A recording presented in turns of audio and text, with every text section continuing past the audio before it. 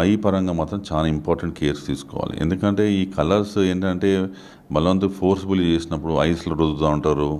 తర్వాత లేదా ఐస్ మీద చల్లుతా ఉంటారు. అలాంటివి మాత్రం 100% అవాయిడ్ చేయాలి. అంటే పర్టిక్యులర్‌లీ అలాంటి తత్వం కూడా మనం ఎంకరేజ్ చేయొద్దు అది ఒకటి. ఏదంటే ఆనందంగా దీన్ని మనం ఈ హోలీని వసంతోత్సవాన్ని మనం సెలబ్రేట్ చేసుకునే విధంగా మనకి ఆ రంగులతోటి ఎంజాయ్ చేయాలనే తత్వం తప్పితే ఆ కంట్లో వేయడము, నోట్లు పెట్టి రుద్దడం ఇలాంటివన్నీ మానేసేయాలి యాక్చువల్లీ. సో కంటి పరంగా వస్తే ఏంటంటే ఇవన్నీ మేడప్ ఆఫ్ కెమికల్స్ ఇవన్నీ. ఇప్పుడు న్యాచురల్‌గా మనకి ఈ ఆకుల నుంచి తీసిన లైక్ ఫ్లవర్స్ మనకి ఉన్నాయి కదా!